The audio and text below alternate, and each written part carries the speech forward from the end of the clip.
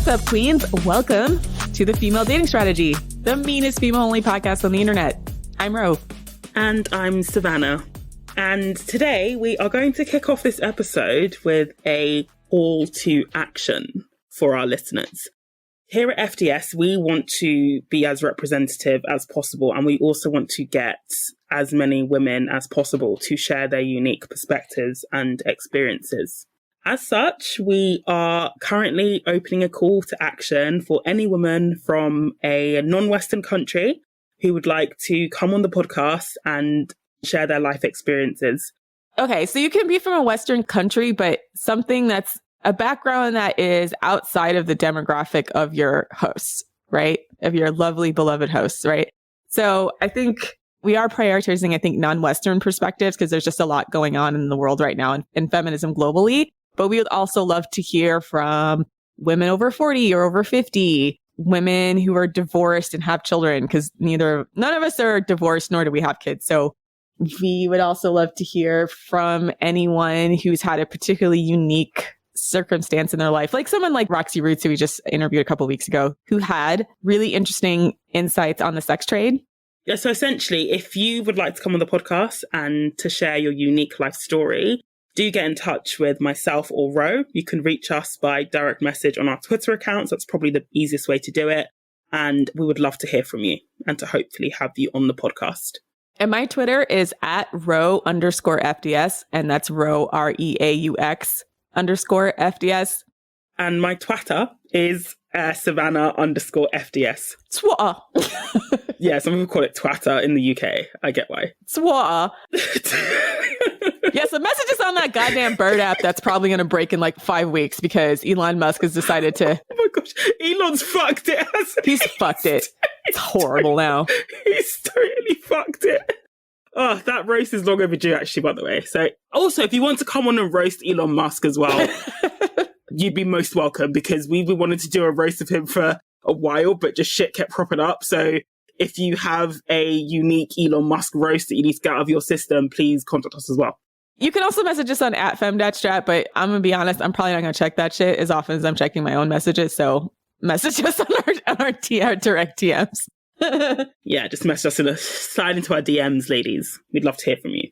Slide into my DMs. Anyways, what's our topic today? The final round.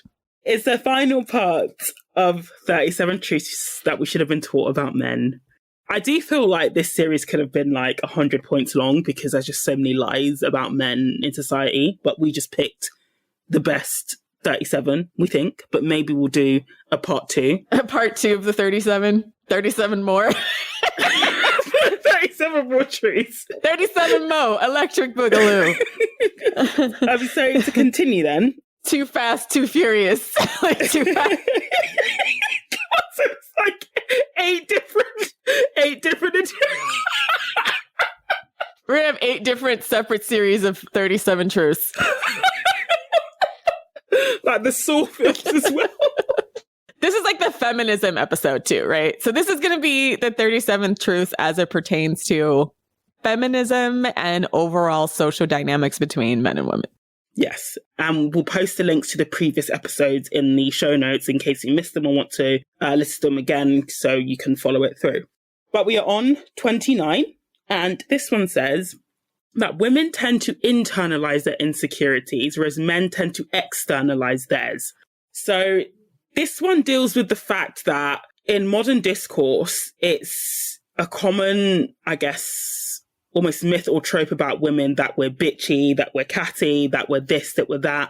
But actually, a lot of that is just projection from men, because if a woman is insecure about herself, whether that's about her abilities, or, she tends to ask, okay, what is wrong with me? Whereas if it's a man, he tends to ask, and, let's say he's insecure about his looks or his income or whatever, as opposed to looking, I guess, within to see what he could do differently. He tends to ask, okay, so what is wrong with everybody else? And when he's talking about what is wrong with everyone else, he's mainly talking about, what is wrong with the women who don't want me and think I'm waste.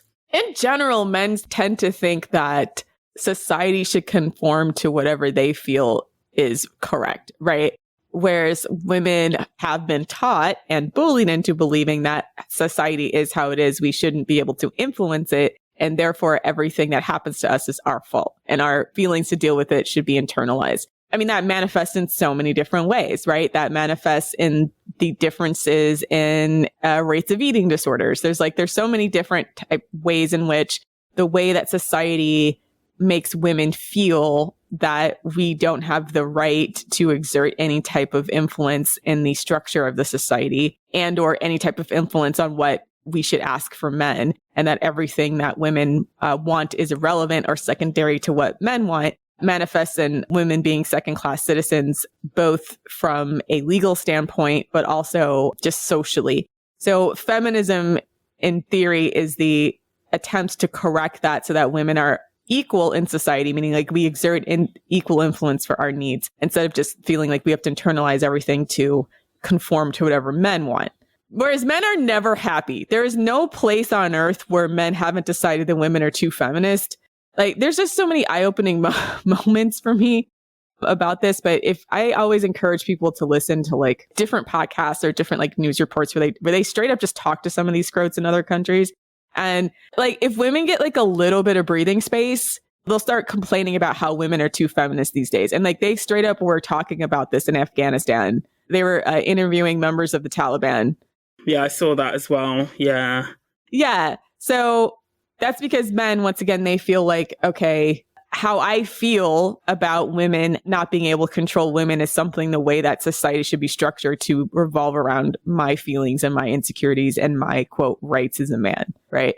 And they'll fight for it because they're crazy. And that's why we need feminism because, well, Lilith would say otherwise if she was here, but like, we're not necessarily strong enough to go on like a full toe-to-toe war with men because they're just bigger and crazier. But we have to figure out other ways to exert influence through different types of tactics, which we talk about here on the podcast. Yes. And that actually segues quite nicely into number 30. So this one says that feminism is for females. Let me repeat. Feminism is for females. XX. Preach it. Feel it in your bones. Male problems have no place in feminism. Now, this should be self-explanatory, but one of the things that really annoys me is when people confuse feminism. This is mainly liberal feminists, but when they confuse feminism with egalitarianism, if you believe that men and women should be equal, you are an egalitarian. That's not necessarily a bad thing. I mean, I don't think it's realistic because men and women are different. And saying that we're different doesn't mean that we have to be unequal or we don't have the same opportunities. And I think, women have been disadvantaged over time with this whole rhetoric that we are the same as men because we are not the same as men. That's just a little one. Here's the thing. Here's what I love about being part of FDS, because men always try to have these gotcha moments where it's like, oh, I thought feminists believe in equality. I thought feminists are trying to be equal. And they use that as a bludgeon to talk about certain aspects of feminism they disagree with because they feel like it's not exactly the same as men. At FDS, I can proudly say that I don't give a single solitary fuck if it's unfair to men. You'll get 100%. 100%. I'm like, I'm trying to win. I'm not trying to be equal with you. I want you to lose in every way possible. So when they try to be like a gotcha, like, oh, a gotcha feminist, I thought you guys are you want to believe in equality. I'm like, I never said that shit. It's like, I never wanted equality with you.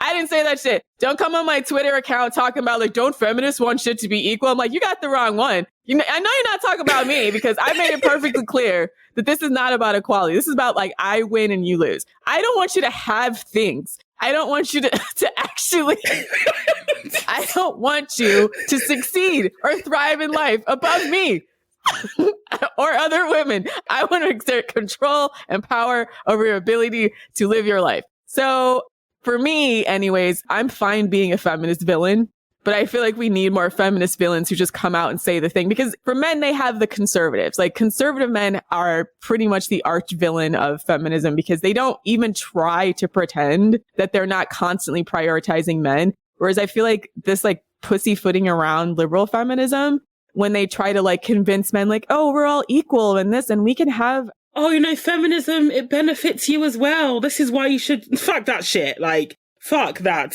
Yeah. It does benefit men in the long term, but it's clearly harmful to some men, the shitty, crappy men we're trying to weed out of the gene pool in the short term. And those in the short term, they are unfortunately like the shitty, crappy men are the ones with the loudest voices and the biggest platforms. This is why we just can't care if feminism isn't beneficial to them. Doesn't matter if it is or not. And also, again, I think in a way that speaks to internalized misogyny when women say that, because it's almost saying like, women having, rights or being able to get ahead or just being their own person, it has to be beneficial to men. Otherwise, it's not going to happen, which again is nonsense. It shouldn't have to be that way. We should just be able to have those things in the first place, regardless if the men get on board or not. So honestly, feminism is really the only civil rights movement where it's acceptable to shoehorn in the problems of the oppressive group. Like Black Lives Matter, for example, there's a reason why All Lives Matter is seen as something quite abhorrent, because it's trying to basically dilute a real, societal problem that is racism by trying to say everyone matters when it's coming from a very disingenuous place, because, Black Lives Matter isn't saying that white people don't matter. It's recognizing the unique struggles that, Black people and other ethnic minorities go through because of their race. So why people do this with, feminism and sex, the same people saying all lives matter is ignorant, is wild to me. And again, this is a bit of an EDI rant as well, but I sort of feel like we've also come to a place in history where everybody has to be included in everything and you actually don't. So if there is a conversation about Muslim women, for example, I'm not going to be offended if no one wants my opinion or if I'm excluded from that, because I'm not a Muslim woman. I'm okay with them having their own spaces and their own discussions, but we've sort of come to a point now where everybody has to be included in everything. And that's not even how humans work. Like, even out in the wild, like, humans tend to form, packs with people who tend to be similar to them. Like, really, like, inclusivity is not really this whole thing where everybody has to be included in absolutely everything, because also that's not inclusive, because it means that the people, in this case, like the women who need to be included, end up excluded because other people who aren't supposed to be part of their movement end up in their spaces. So every group, I think, has in-group politics and then out-group politics. I think inclusivity was about creating greater opportunities and visibility for people who are from, quote, non-traditional backgrounds, etc. Yes, agreed. But it didn't mean that that person's culture or group needed to be destroyed, It's just a matter of like allowing for more nuanced perspectives and more opportunity for people. And I think what happened is bad actors then decided to use the language of inclusivity to upend and disrail any type of movement that was an advocacy on behalf of a specific group. So I think Black Lives Matter is a great example, but feminism in general, right? It's become like men are great at this. They are so great at doing this, like using the language of that group to then weaponize it against the women in that group. Yeah. And so I think we talked about how liberal feminism gets derailed over and over again because they tend to take men at face value and not question to the extent of their involvement or like the narratives they're trying to push in a certain way and why. So I think that's just important to realize. Like, I think we're having a conversation as a culture about like, hey, we all have, the gamers, for example, have their own in-group culture. And, it doesn't have to be always be like, race or gender based, but that there's also a need for people who have like similar experiences or similar backgrounds and similar interests to talk amongst themselves and have that, but also have a larger integration into the larger society with visibility. So that's what we're saying. It's totally fine to have a feminism that doesn't include men. That's all. That's the point of that entire conversation. Yes. And don't feel bad about it either. Like Rose said, when men, if they come at you and saying, I thought you're about equality, just say, I never told you I wanted to be equal with men. So goodbye. Damn sure didn't. And we get that a lot on Reddit as well. Like when the scrapes are mad and screenshot our stuff and they're like, I thought FDS was about equality. I'm like, mate, where did we see? We literally say in the sidebar, like male benefit is like secondary afterthought. It's like residual drippings. Yeah. Maximum female benefit. It's in our tagline. Literally. So don't feel bad. And it's ultimately, like Rose said, it's just playing on women's, nature to not offend people. And it's like any movement that has impact is going to offend people. Like, you have to be comfortable with offending people if it means that, you know, your rights and your spaces are upheld. And that's what I got to say on that. Speaking of liberal feminists' tendency to be manipulated by men, number 31, male feminists support feminism as long as it guarantees their sexual access to women. Take it away, Savannah.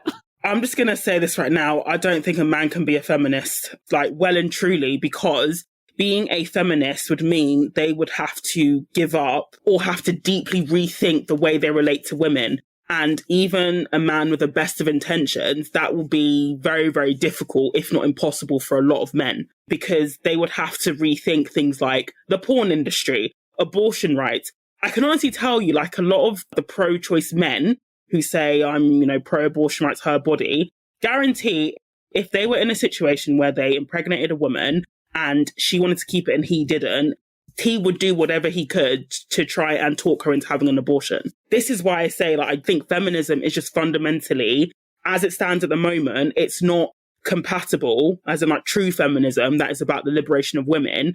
It isn't compatible with the male psyche. I just think it's like concentric circles where there are some things that overlap that are clearly overall better for society, but there are a few things that are zero sum. And so in those things that are zero sum, women need to advocate for themselves unapologetically because men will always be advocating for themselves unapologetically. So, for example, to use the abortion example, and I wrote this on my Twitter. So I've been watching this show called Finding Your Roots on PBS. I don't know if anybody's heard of that, but it's basically a genealogy show where they take a celebrity and they go back through their ancestral history. And a lot of the people that come on that show have a history, have like at least one rapist that they're descended from in their family. Pretty much everybody African-American, if you claw back in their family tree, you'll see some white flame-bombing rapists. A lot of people of Eastern European Jewish descent, people who had great-grandmothers who were locked up in concentration camps, some of the Armenians as part of the Armenian genocide. I mean, it's really, they don't like always come out and say, oh, this is probably rape, but they'll say stuff on the show like, we don't know the nature of this relationship. We don't know if it was consensual or not. So when you start watching the show, you start to realize like just how many people in existence right now are probably descendants of rapists.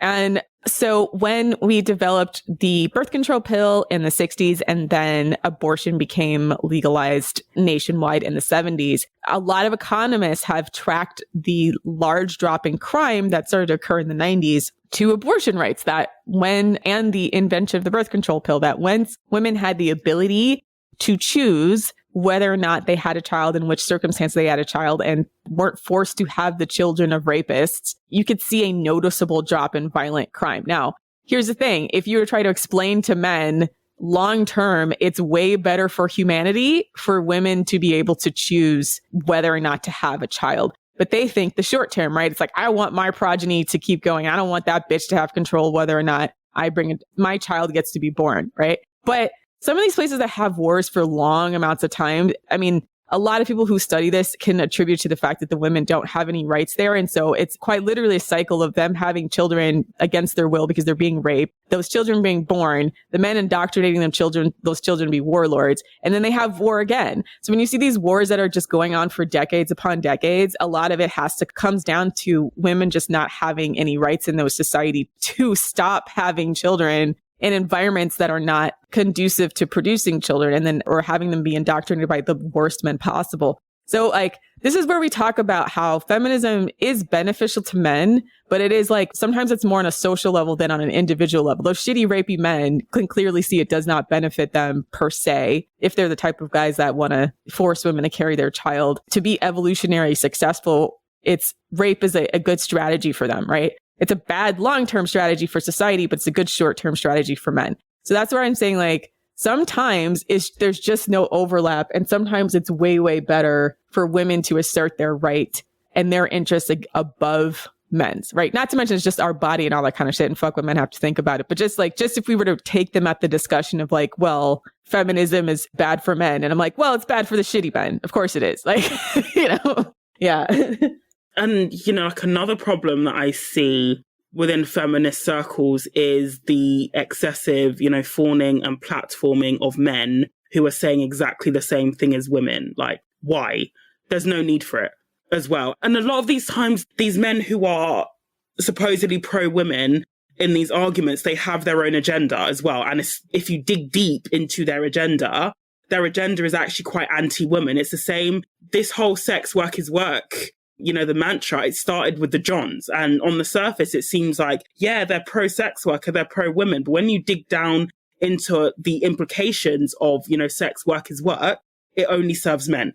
Yeah, that's why I think the women that do stuff like, oh, we'll suck dick if you vote for a Democrat are so problematic. People say that? Yeah, there's a lot of like political fangirls that do stuff like that. Ugh. Why? The idea is to entice men to sexual access, like vote for women through the promise of sexual access, which isn't like a terrible strategy, except for the fact that becomes an entitlement with men, right? Because if they're like, I voted for Bernie Sanders, why aren't you sucking my dick yet, right? Then it becomes that thing, right? I think a lot of the feminism too, when we talk about like sex and the sexual revolution, which we've had, Louise Perry come on and talk about that. The idea was that like sexual freedom would result in would it result in better gender relations? And we can kind of say not necessarily, because once again, we haven't really addressed the fact that like there's times where men are prioritizing themselves because their sexual pleasure, they care about prioritizing their sexual pleasure and then coercing women to do what they want. And that's not even a political thing, right? That's just a male thing.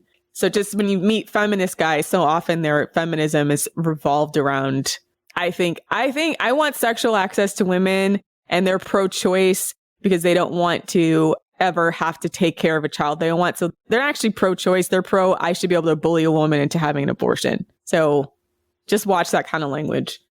So 32, when men say society does not care about men, what they really mean is women are not giving me enough attention and validation. Well, yeah, because I came across this when I noticed that I was reading several threads where men were complaining that they don't get compliments, and they only seemed to comment on the fact that they weren't getting compliments from women. They weren't talking about the compliments or the support they get from other men, I guess because they don't get any. But even still, that's not women's problem. So yeah, I just feel like and especially this whole thing around, male loneliness. We've spoken about this on the pod before on the bonus content and others. But essentially, when they're saying that society doesn't care about lonely men, what they're really saying is that these men can't get women and it's women's problem to fix that when it's not our problem. Goes back to point number 30, where it's like, male problems have, no place in feminism, and the onus should not be on women to resolve men's societal problems. So if men are suffering from loneliness, that shouldn't be directed towards women. They should also be looking at what men can do to support each other and make each other less lonely. This is why the men's rights movement almost exclusively focuses on being anti-feminist instead of truly pro-men, because the structure of society is set up in a way that men actually like, right? They'll always cite the homelessness statistics of men and all these other things about how men are dying in wars, etc. But like, they're not actually usually overlapping with a political movement that would change that. They're a lot of times like very conservative on top of like feeling like men are the biggest victims in the world. So I'm like, okay, so you like society as it is. You just don't want women to have a place within it that you feel is too powerful. So when we talk about these guys that'll cite the statistics of like mental illness, et cetera, for men, they're also often voting for policies that would not provide socialized healthcare services because they feel like, oh, those bitches over there are going to use it to be single mothers. They're going to look at women who have children who might go in those social support services as welfare queens. So they're always like cutting off their nose to spite their face, where they want to be mad that men aren't being supported with mental health services, but they would rather men suffer than to see women have any type of mobility to leave a man because there are social services available to her. So they're just full of shit. They don't actually want to change it, right? They will be, if a single mother with children was able to leave an abusive partner because of social support services, they would rather that not exist for her than to have it and also be available to men who are struggling with mental illness or something that would need mental health or social support services or are starving. That's why they're full of shit, and they don't actually care about men either. They just hate women. Well, yeah, exactly. So again, don't fall for the manipulation as well, because another thing to note is that when, men go through something that's all of a sudden a public health crisis, But, let's say instances of domestic violence, even though the discourse around that is shifting, but even now, you still get a lot of the whole, oh, you should have picked better, that's your fault, it's the sort of men that you're attracting. Again, women are being forced to internalize their problems, even when those problems are actually societal problems, whereas men externalize theirs. So don't fall for it, ladies. I feel like this one is quite ironic. When I was putting together this list, I didn't realize that Jesus died at 33 and we're talking about religion. Okay, number 33. Religious and leftist men are two sides of the same shitty coin. So this one came about because I noticed when, again, I'm going to look at this through the BDSM lens, right? If we look at what BDSM is, I've spoken about it a million times, but it's a male dom and a female submissive. And they seem to think that that dynamic is very progressive in that, tying up and, beating, strangling, whatever, doing whatever to your female partner is somewhat a progressive form of expressing sexuality. Whereas if you look at any religious text or even a country that is highly religious, you would probably find that they would welcome BDSM with open arms, because something like BDSM does is, even though it's championed by people who are so-called liberal, is that it leans into very, very archaic, generally religious and sexist stereotypes. And so the Venn circle in male sexuality and religion particularly is just a circle. And if you look at, male sexuality through the lens of religion, it can actually be deemed to be quite socially conservative, even though the man proclaims to be liberal. And even though a lot of the sexual practices that we deem to be, for example, leftist and progressive, such as, casual sex or BDSM, they're actually rooted in quite conservative practices. Yeah, it's all about men trying to take the moral high ground and then trying to convince women that we should acquiesce to that because it's beneficial for us, right? And religion is one of those ways, but there's just so many institutions that end up with very similar hierarchies where men sort of set the agenda and then convince women that it's either morally right or in our best interest to follow them, right? It's the same kind of male dominance and female submissive dynamic. And I brought this up on my Twitter that it feels like every advocacy group for every marginalized group has just decided to full on gargle men's balls no matter what it is.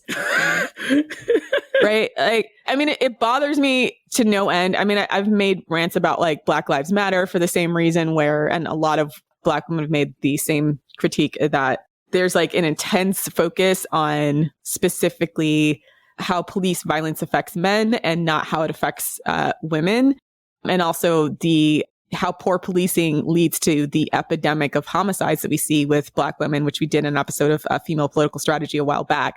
So there's that kind of thing. Then with feminism, we're having this entire argument about the sexual revolution and how much the, quote, freedom of sexuality has just become the most degenerate stereotypes of race, ethnicity, as well as female abuse. There's a lot of discussion in the LGBTQ community about how trans activism has marginalized lesbians in a lot of ways. It's any type of movement, even if it's an advocacy group, it's it ends up always being co-opted by men's interest. And then women just sort of fall in line because they feel like they're being good allies, or men have convinced them that they're morally superior by following this ethos. But I don't think to the extent that women take around and look and see just how men are actually prioritizing themselves at our expense and then trying to tell us that this is the right way to do things because it benefits them for us to believe it. And I feel like it's easy to point the finger at religion, but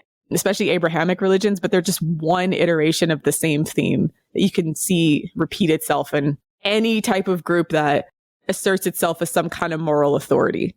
Yeah, so the moral of the story is that I feel like it can be easy to be guided by a man's political or religious ideology when determining if he's safe, in quotation marks, but it isn't a thing, because even leftist politics and religion, they are united in their goal to screw over women to some degree in quite a major way. Intentionally or unintentionally, but yeah, facts. So 34, men who defend abusive, violent, rapist men are doing so because they have committed the same or similar behaviors toward women. Yeah, so We are, in the last couple of truths, we're going to start entering into why the whole re-education angle is bullshit. We like to think that we can educate men out of defending bad behavior, but actually, if a man is defending something that is objectively violent, abusive, and rapist, that should be a huge red flag, because, you know, more often than not, they're not defending the other man who's done it. They are defending themselves. Because if they have to admit that man has done is wrong and he's a rapist or he's an abuser, they would have to admit that they are also a rapist or abuser themselves.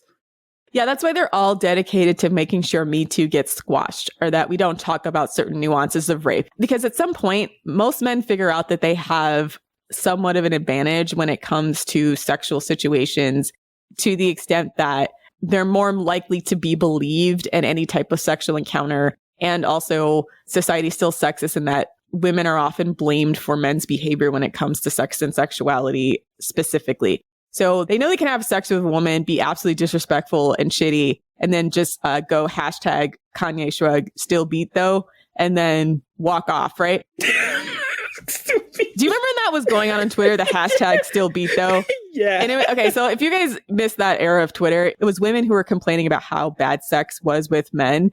And then men decided to respond with like, so what, we had sex, so we won. So hashtag still beat though, which means like I still had sex though. So, oh my God.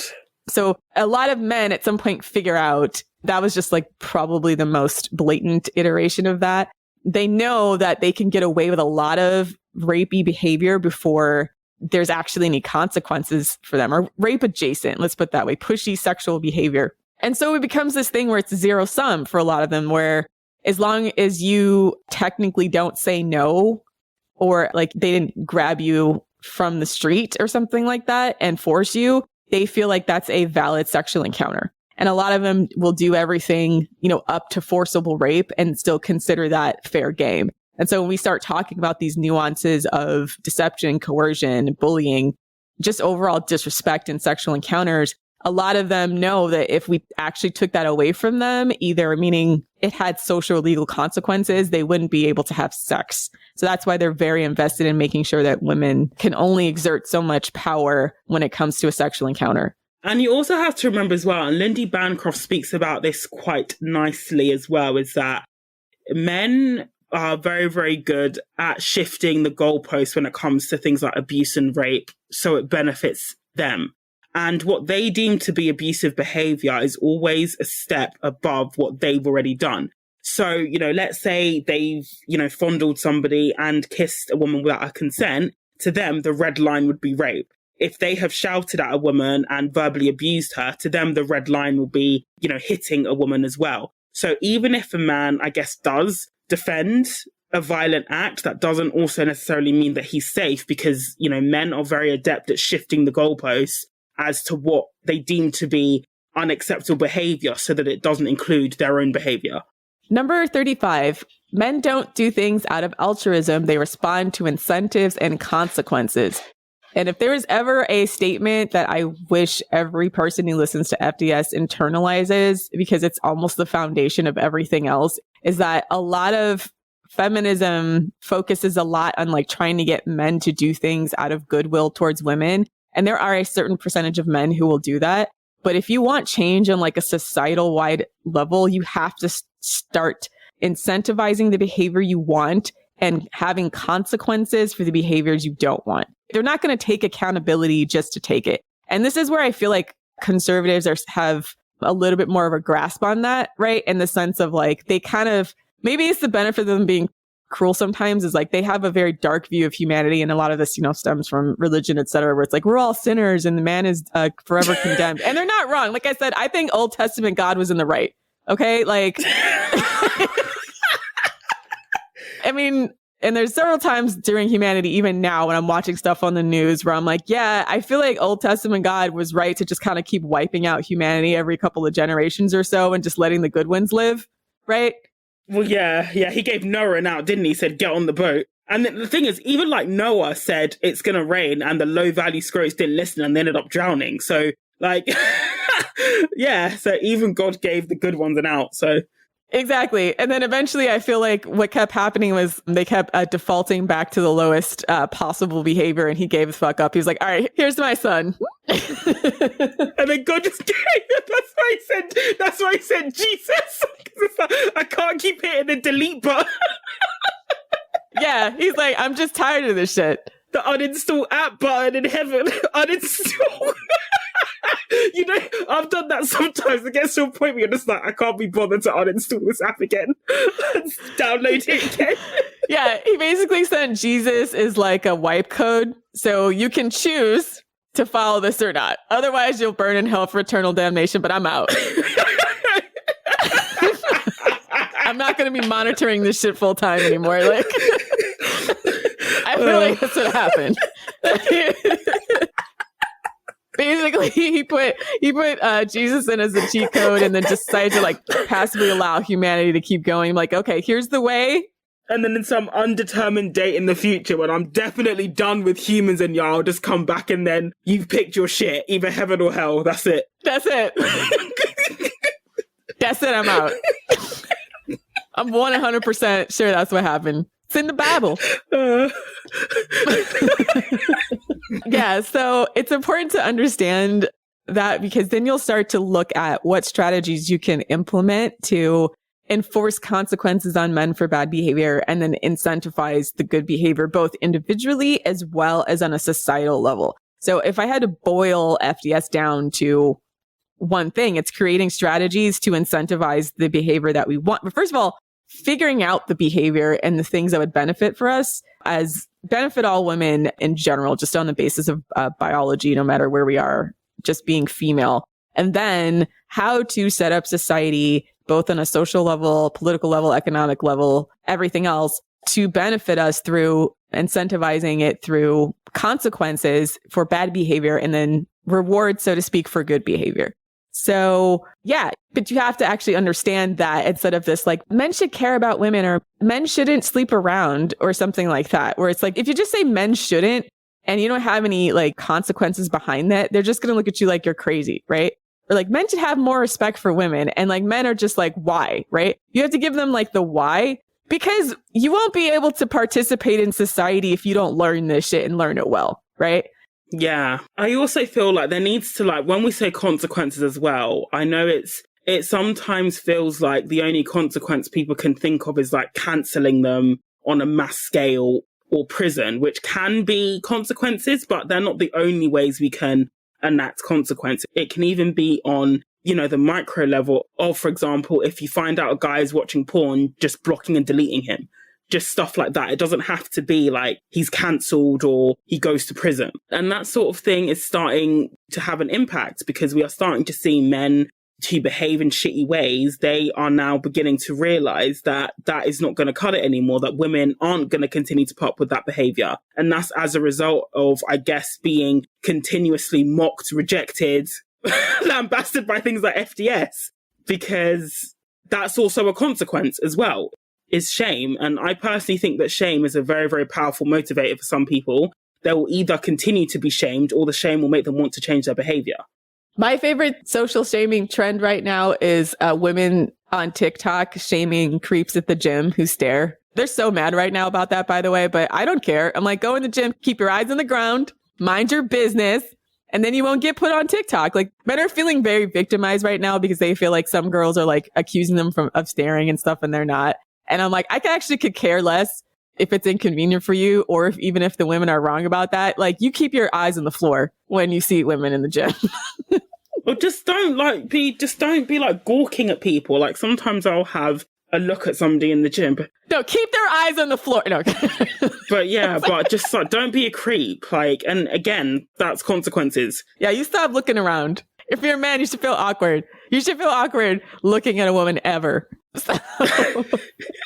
So yeah, TikTok shaming is fun.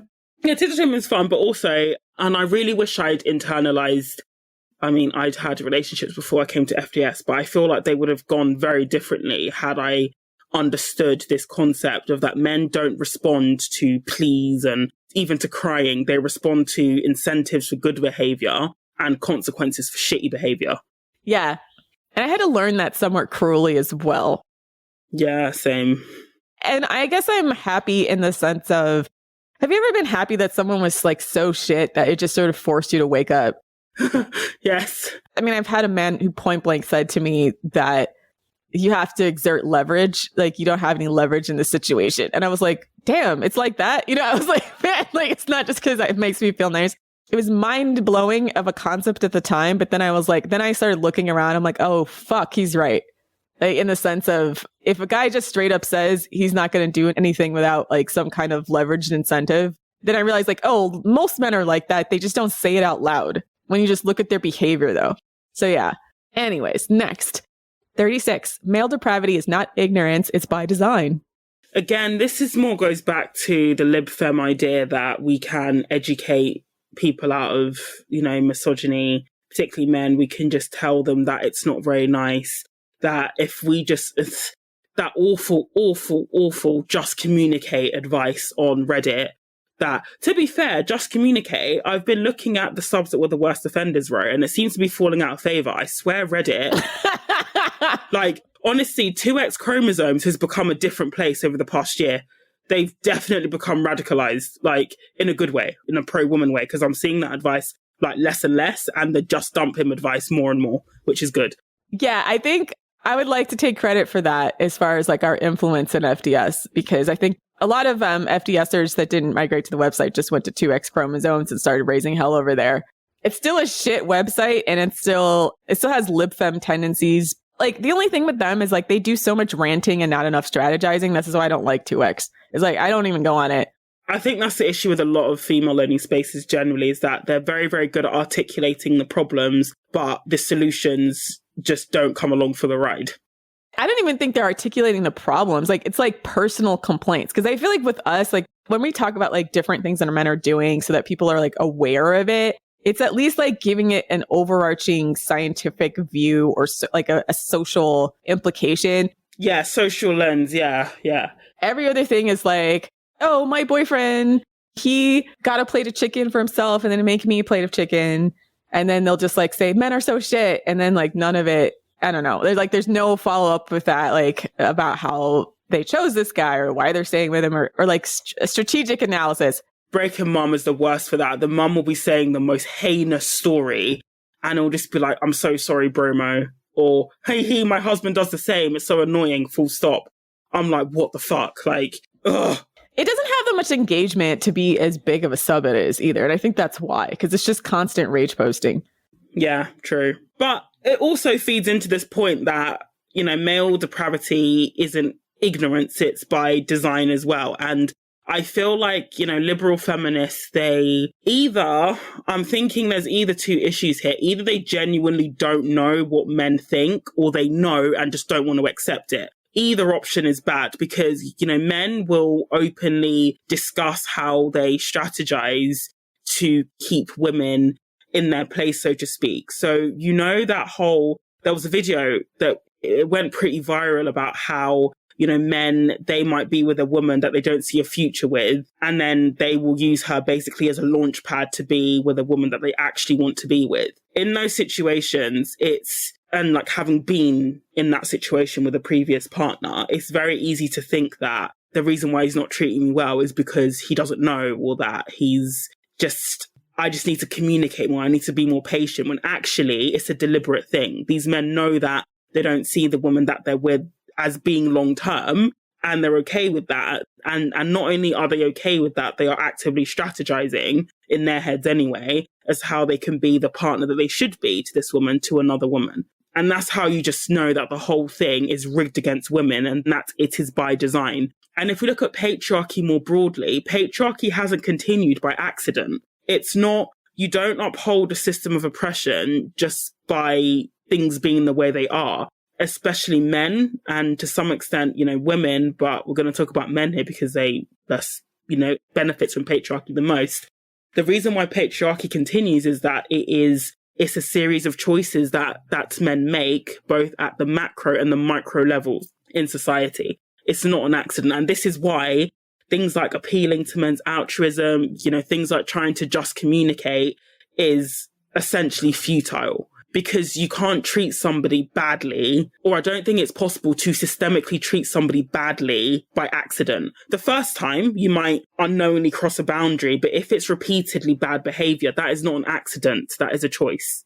Plus, I think male depravity is just them being ultimately self-interested and a part of the evolution of any species, right? That Y chromosome ain't all the way there. Isn't it degrading as well? Yeah.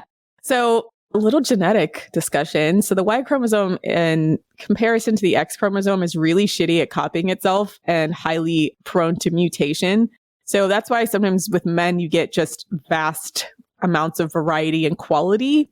And that's typical of pretty much mammals in general. And also, yeah, it's degrading in quality, meaning like, I think it's got like less genetic material like per iteration or each generation. So the thing is that in most animal kingdoms, for example, especially with mammals, like there is some aspect of natural selection that the females exert. And because like there's obviously like social orders or like social behavior, but what's made it very different among humans is that we've been able to institutionalize things in a way that makes it much harder for women to exert power and influence, right? So I think in order to cope with that, sometimes women have this idea that like, oh, the depravity of men is just them being influenced by bad actors. And they don't think it's just like their natural state. Whereas I feel like if we were all like, I don't know, lions or something, like we would just know that like males are dangerous and inherently self-interested. And insofar as you engage with men, they have to demonstrate some kind of value, right? And that's why males of most species spend so much time trying to convince females to be around them. And other animals tend to be wary of males of a species. So I think there has to be a discussion about like what happens if just a certain percentage of men are really irredeemable. I kind of jumped off a lot of the liberal feminism stuff, especially when they started to do the like, oh, we have to rehabilitate pedophiles as part of feminism. And then I was like, okay, you have jumped the shark. Like, I don't know what the fuck. Oh, and also get rid of the sex offender registers. Fuck that. Yeah, or getting rid of the sex offender registry. This has become like part of the general like liberal feminist manifesto.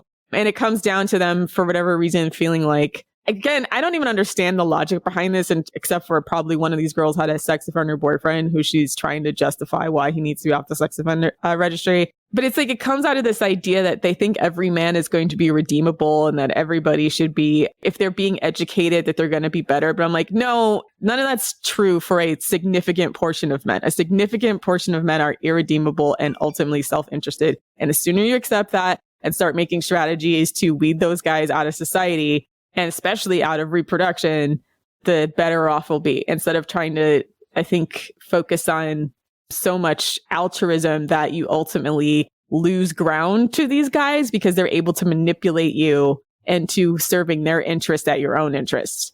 So just stop feeling bad for these guys. Like, it's just, they want it this way. If they didn't want it this way, it would be different.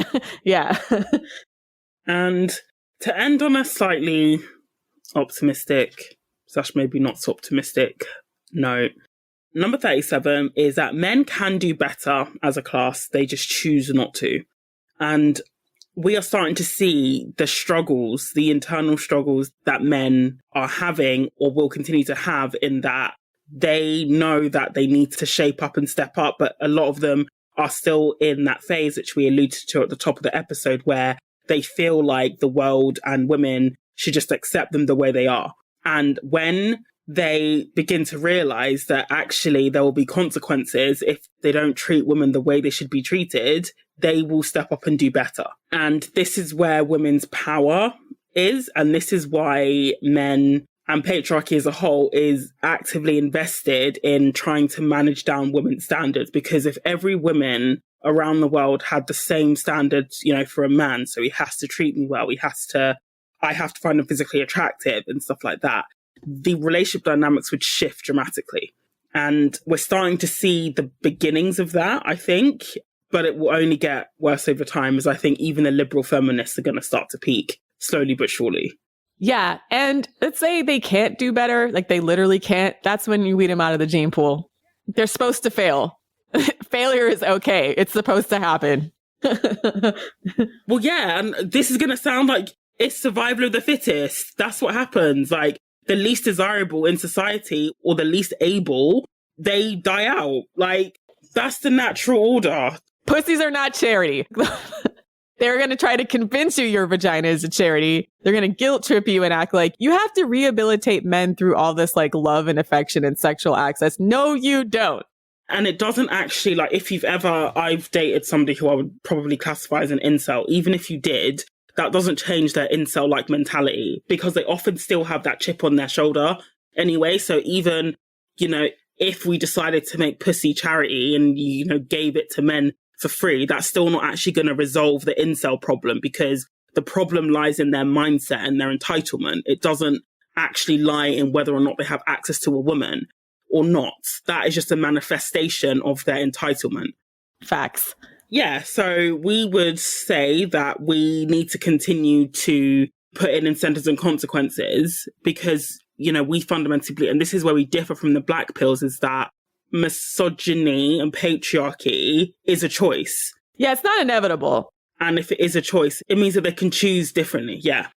Yeah, it's not inevitable in that they can choose differently, and also women can exert power. This is why men spend so much time and resources to making sure women get no power, meaning like you're not educated, discouraging women talking among groups, trying to infiltrate those groups and hijack the messaging and the incentive towards another way, because they know that if women get on the same page about certain things, we can exert influence, like either aggressively or passively, right? So the mechanisms our patriarchy are such to prioritize men to such an extent that it removes the ability for women to fight back. And this is not even just patriarchy. This is just power in general. Like, a group in power is interested in preserving its power. So there's a lot of tactics that you'll see over and over again: divide and conquer, mischaracterization of your enemy, etc. So a lot of these things are just power strategies that are just very gendered. And it just sort of kind of sucks sometimes when you see feminists respond to things that are like mass disrespect with like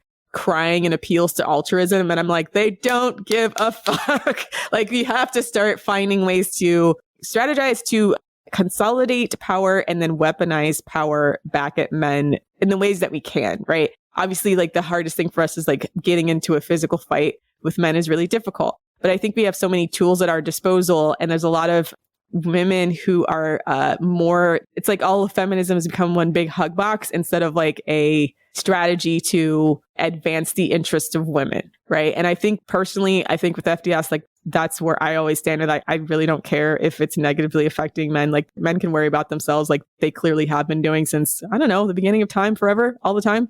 When have they not been worried about themselves? So yeah, so with those 37 truths, I think those are a good foundation. The last couple episodes we did in this one as well, to learning some of the hard lessons up front so that you can start to strategize in your own favor. And maybe there'll be a part 2 of the 37. I'm sure there will be in the future. Part 2. We'll make this an 8-volume series. Bigger and truthier. That's our show. Check us out on Twitter at fem.strat and on our website, thefemaledatingsstrategy.com, where you can discuss this episode. And don't forget to message us if you want to be on the show and you're from a, quote, non-traditional background. Also, listen to our weekly bonus content on the Patreon, patreon.com/thefemaledatingsstrategy, and follow us on Instagram at _thefemaledatingsstrategy. Thanks for listening, queens. And for all you scrouts out there, I win and you lose, bitch. You lose. Time out. See y'all next week.